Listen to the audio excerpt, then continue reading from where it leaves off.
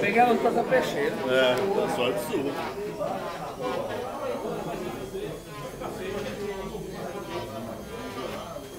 Outro detalhe interessante aqui, ó. O que vocês me dizem de estrutura dessa planta? Ela de baixo da rua aqui, ó. Observa a montagem da estrutura dela. O que vocês me descrevem o que vocês estão vendo aí em termos de estruturação? Triangular. Posicionamento dos galhos. Radial. Posicionamento dos galhos. Cacete, essas raízes assim, ó. O que vocês vão Não passar na começa, raiz? filho, embala. Ei, tá lindo? Ensina a raiz, faz muito